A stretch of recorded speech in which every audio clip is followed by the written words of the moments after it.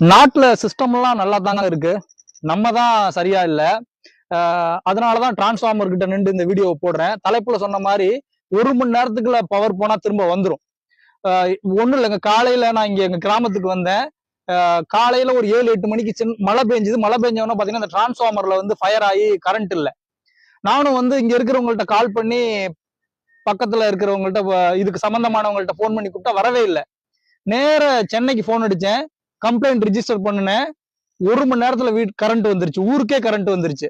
அந்த நம்பர் என்ன அப்படின்னா 9498794947 மேல இருக்கும் பாருங்க.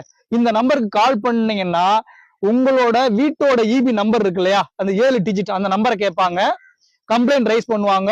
அந்த கம்ப்ளைண்ட சால்வ் பண்ணதுக்கு அப்புறம் உங்களுக்கு ஒரு SMS வரும், நீங்க சொன்ன கம்ப்ளைண்ட க்ளோஸ் பண்ணிட்டோம் அப்படின்ட்டு. கிராமத்துல இருக்கிறவங்களுக்கு ரொம்ப பயன்படும். அனைவருக்கும் பகிருங்கள்.